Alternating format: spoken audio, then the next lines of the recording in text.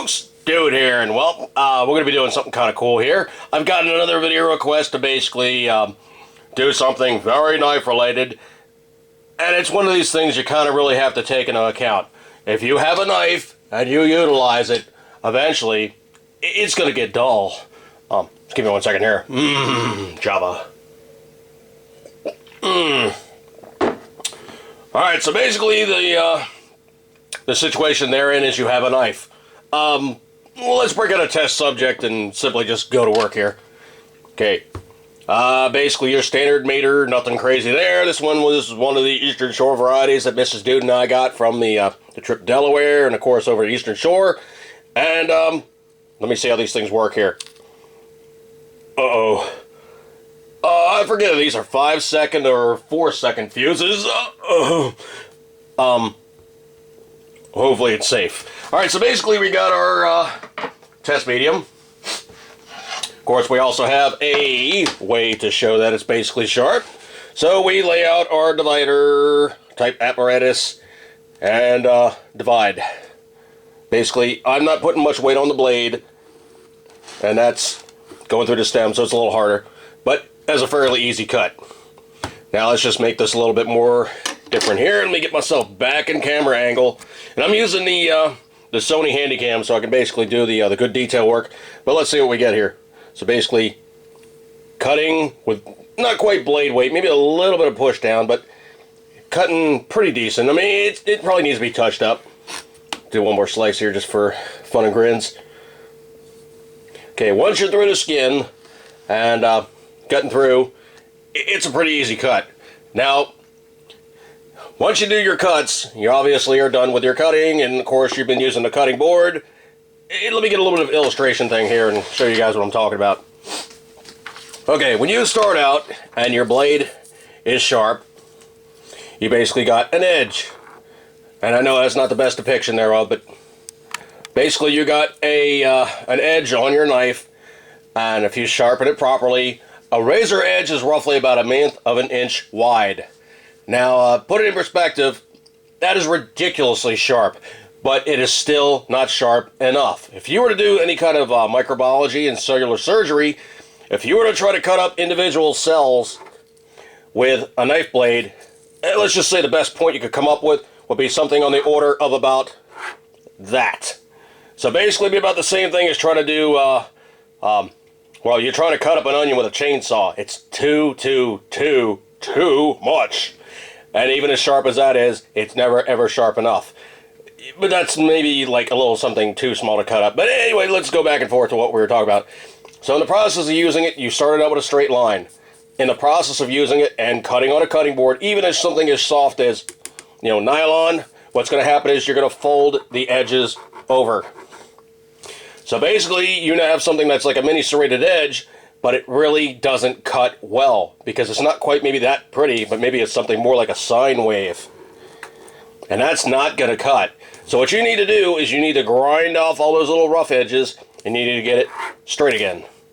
Now in the process of doing so, let's just say that Mrs. Dude and I have a fairly good married life, and we enjoy each other quite a bit. I think after she sees what I'm going to do to this thing, she's probably not going to be too happy without it, and I'm going to have a distant memory of getting some. But let's simply just go with it from there. Okay, so basically, a steel. A steel does not ever sharpen your knife blade. What it does is it realigns the edges, takes all those rough edges, and get them back in a straight line. But, okay, can you actually even see this edge? I'm going to zoom in on this so you guys can see what I'm talking about. This is a Santoku. It's basically a 5-star from Henkel's. It's about a $70 or $80 knife, okay? This is not anything to play with and really try to bugger up, but let's just see if we can't see some edge here. And I'm cheating like crazy, but let's see. Get my macro thing going on here. Hey, it's probably not going to focus all that great, but you guys kind of have an idea. You really don't see the edge. Now here's what I'm going to do to it.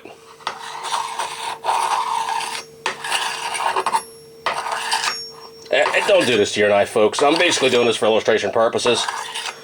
This is not what you want to do to your knife. And let's see if we now can see our edge. Why, yes. Yes, we can. But here's the cool part about a steel. A steel can let me zoom back out again. A steel can realign that edge, which you just fold it over to some degree. And you can actually feel these things catching on the rough spots. Now let's see what we get in terms of actual hands-on action and see what we get. Okay, that's basically throwing it back up to some degree. Let's see if it'll cut. Not really, man. Not really at all. As a matter of fact, I'm sawing on it. That wasn't like blade weight. That was a little bit more than blade weight, but it wasn't cutting for nothing, really. Let me grab a paper towel here.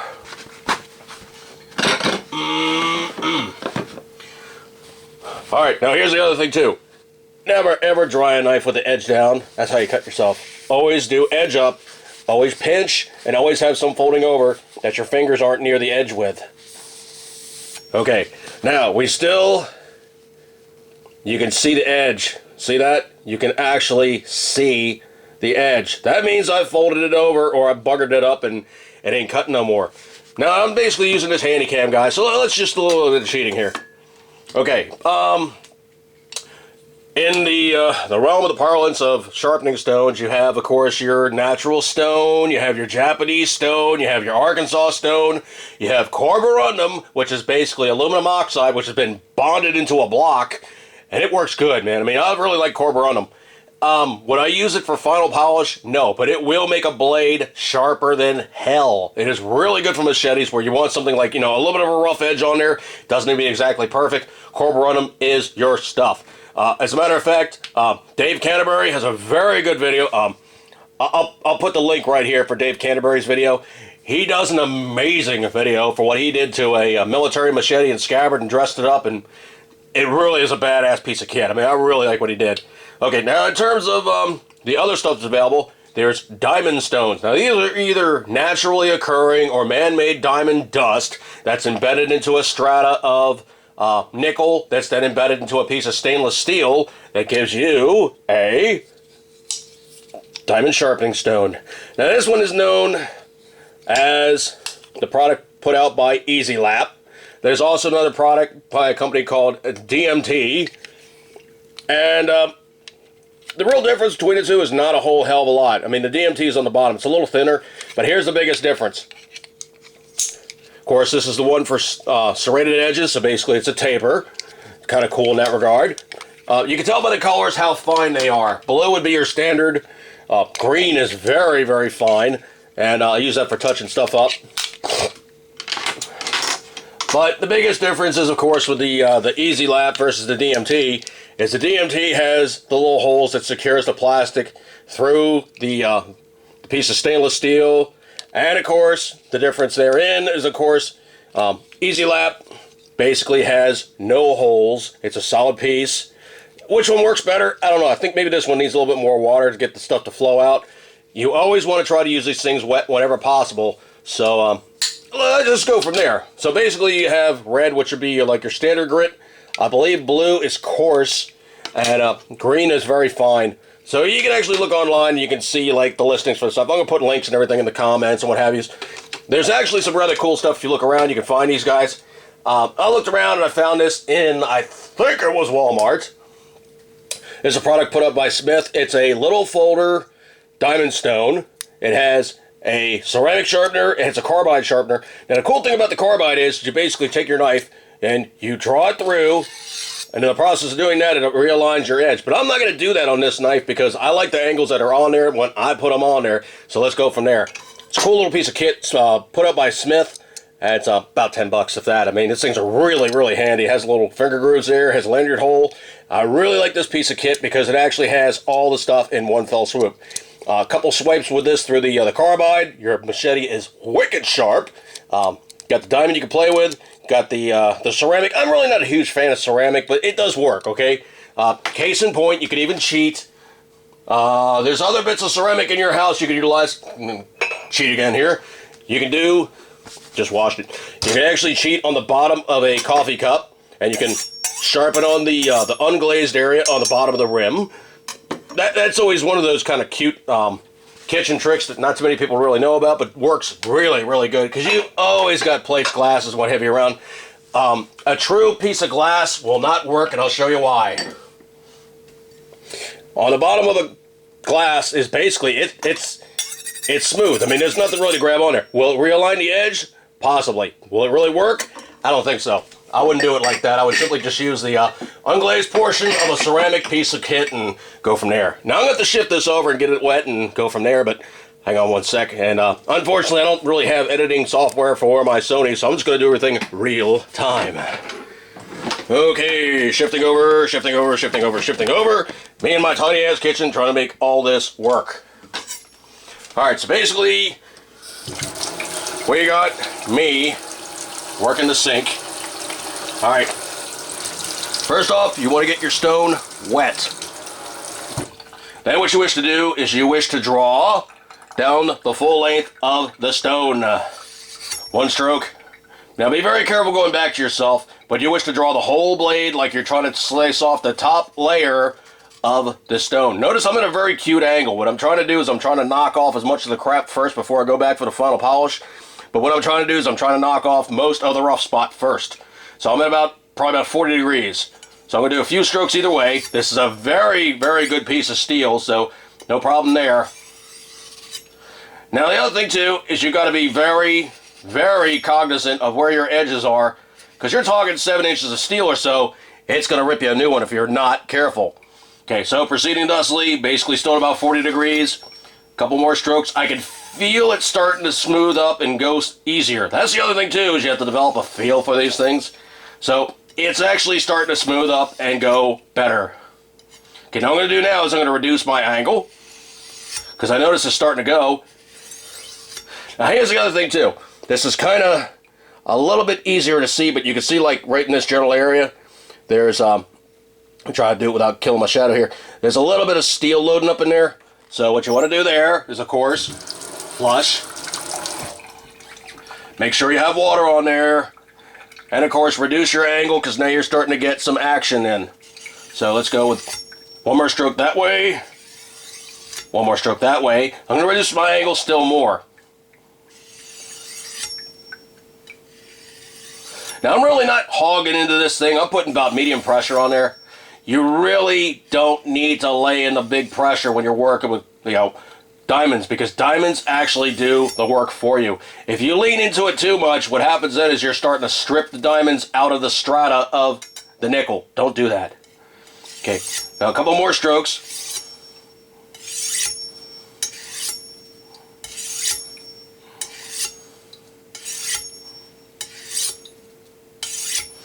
And I'm going to check my progress by 3-fingering it. Starting to come along. I mean, it's still some work to do here. I mean, it's got a ways to go. So let's keep going. And the other thing you want to do too is you want to occasionally take it and hold it up to the light and go back and forth, because what you're doing there is you're looking for reflection. If you're seeing reflection, that is edge, that is not sharp. Keep going.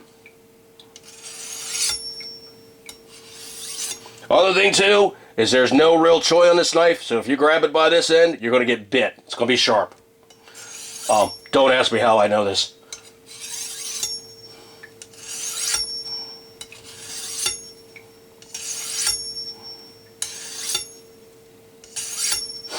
Now every so often you want to basically flush out the crud.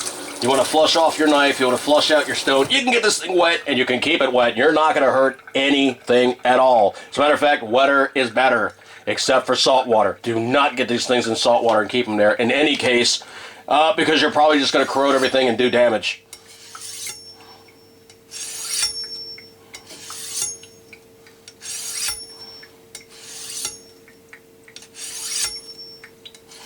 Now, the other thing too is I would really love to have a bench stone, but I don't.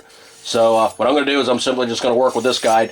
This is about I think this was a 4-inch or 4.5-inch stone. It's pretty decent, but you know what? When you start comparing something that's that big to that big, you probably want a bigger stone. The bench ones are nice, but man, they are expensive. I mean, they're like 50 or 60 bucks on eBay, or more.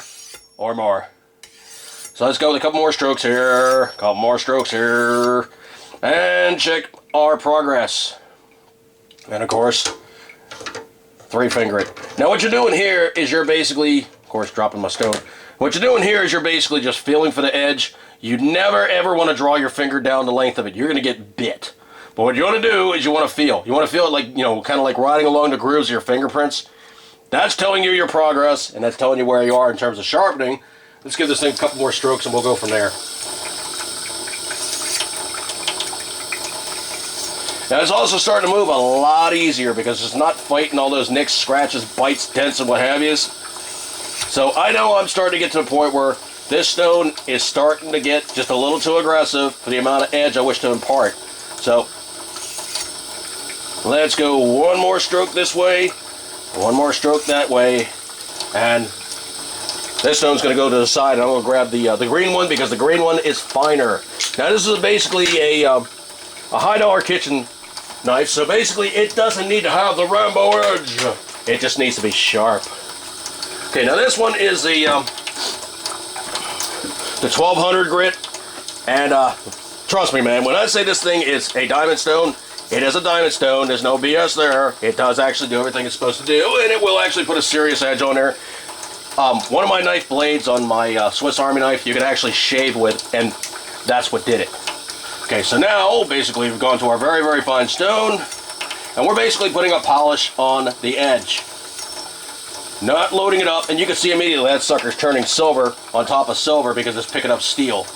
It's knocking off the rough spots, and what it's doing is it's polishing out all the high spots, and it's making it one cohesive edge. Now, I do this every so often anyway, but you know what? This thing was starting to get a little dull. It needed a little bit of action. And I hope I'm in frame. Let me try to get my camera angle just a little bit better here. Okay, I think I'm better on there. See, the problem is I'm looking at the viewfinder kind of cocky sideways, and it really doesn't work so good, but let's just keep going. Now, I like to keep a lot of water on this because now it's hydroplaning a little bit, and it's floating all the crap out before it loads up into the stone. So let's keep going. Can you really ever go too much with a really, really, really fine stone? No, you can't. What happens, though, is that you'll take all the tooth off of it, and the dirty little secret is you will always outcut a razor blade with a hacksaw. For a very simple reason of the teeth remove material that you're trying to cut versus sliding through it. That said, I would not want to have somebody hacking on me with a Japanese samurai sword because that's, well, it's a 3-foot razor blade, and it can't feel good. All right, now, stop where we are for a moment and check our progress. Quick 3-finger.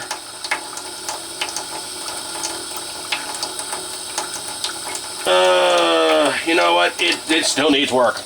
It's definitely still needing work. So what I'm going to do is I'm going to keep going to town here and real time it so you guys can see what I'm doing. There's no BS here. And I'm being very cognizant of where my edge is at all times. The last thing you want to do is bite yourself with 7 inches of steel of any variety. It will not feel good. You will definitely be taping yourself up. And cuts just suck. I mean, especially when you're talking really something seriously sharp. I mean, I got bit once by a cold steel at a gun show. And I picked it up and I was like, yeah, okay, this, that, and the other thing. Ha! And I was like, holy crap. I mean, by the time I felt it, I was already cut up pretty good. So it was one of those cases of it hurts after you're in bad shape. Be very careful with a very, very sharp knife. And cold steels are ridiculously sharp, man. They always have been. I'm not saying that they're like, you know, the sharpest things on the planet, but man, they are ridiculously sharp out of the box. And anybody that knows knives knows cold steels. They ain't slacking, man. They're definitely decent stuff. They're Chinese and they're African-made stuff. Not so much. Anything that was Seki, though, man, it's bad. And I really love their old-style Tontos. Can I afford them? Not on my beer budget, but you know what? I still can appreciate them from afar. Alright, we're going to inspect our edge again. And it's looking... I still can see bits of it down the end here, so let's just keep going.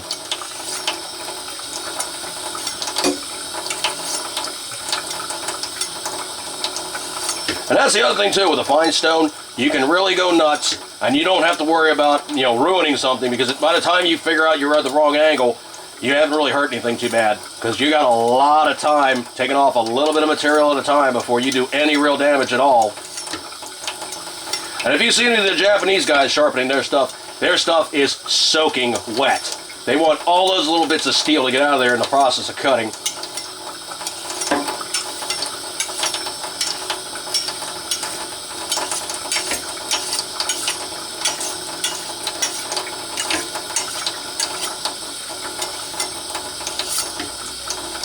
And let's see with the 3-finger. Let's see. Yeah, I'm starting to get a really nicely polished edge here. You can see it kind of like, you know, changing color as I'm going through. I mean, it's kind of hard to see until you get really close up and personal, but you can see I'm starting to get a polished edge for like the first, probably about 1/8 of an inch or so. So it's starting to get really nicely done here. And I'm also trying to avoid doing something called building cancels, which is basically like 245 degrees. What you want to have is you want to have a nice rounded edge that looks like the front end of a boat. So what happens then is stuff flows around. It doesn't basically like hit a cancel and then have to go around that sharp edge. I'll put a couple drawings in there and let you guys know what I'm talking about here.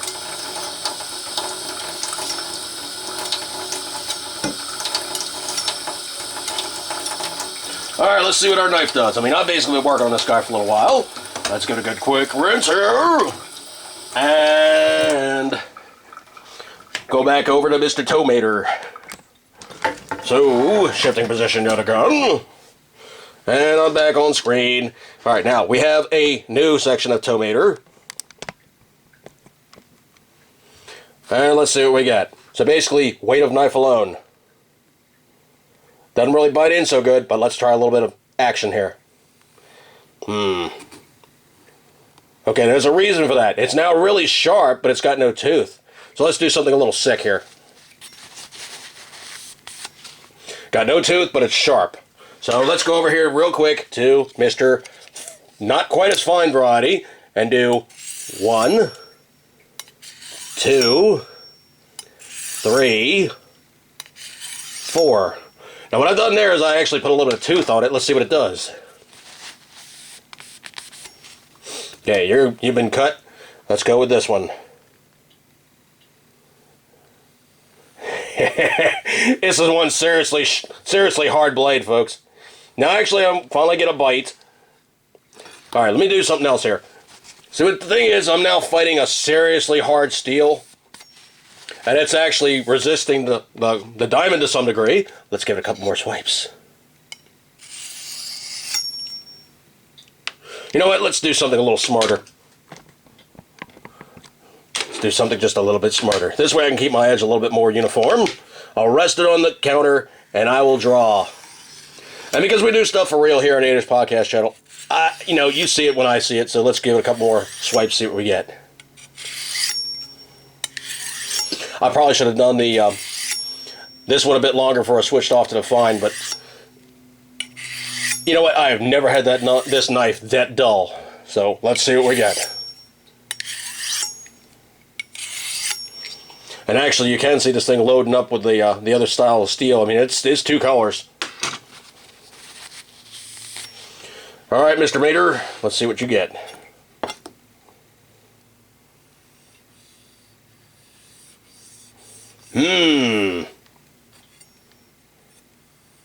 Once it's through the skin, it cuts pretty good, but let's keep playing with this thing. I'm not done yet. I am not done yet!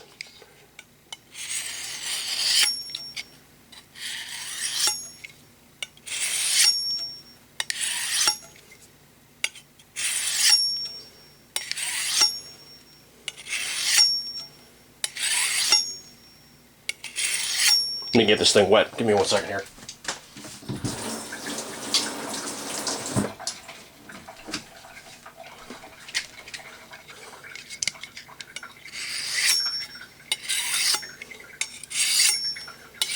There's another trick you can do too, is on the final strokes, what you want to do is raise it up so you basically put that final little tooth on there. So let me give that a quick try here. And actually the other thing too is tomatoes are unbelievably unforgiving. If they're not sharp, knives will not cut through a tomato. Trust me on that one. They won't. Alright, so let's see. Piece of mater, Same knife. There we go. Basically the weight of the blade itself. That's all there is to it. And that's how you sharpen your knife. Good times. Alright folks, so I'm going to break off on this one and maybe have a little bit of a tomato sandwich. Good times. Alright folks, so this video was of course requested by Jace. He seems to be coming up with some pretty good ideas, so I'm going to keep on going with him and posting videos, and we'll go on from there. And well, you know what? Just give me 1 second here.